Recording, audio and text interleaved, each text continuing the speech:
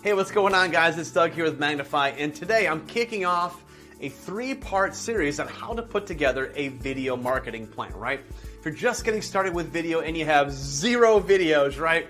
This is part 1 of 3 video series I'm dropping that's going to share with you a great way to step up and start creating really great videos. So, the first video you want to make, which you can make with Magnify with our branded video tool or story video tool, is the About Us, About Me video. Make a video about you as the person behind the profession, right?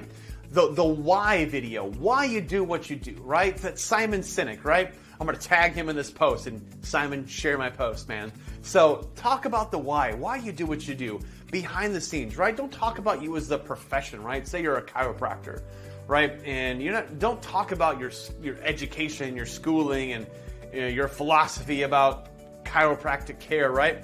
Talk more about yourself and your family. If you're married, how long you've been married for, if you're in the area, right? Talk about how long you've been in the area, why you love the area, your favorite coffee shop in the area, your favorite sports team, anything that's going to help bring personality to your business, right? So make that About Us, About Me video your why video.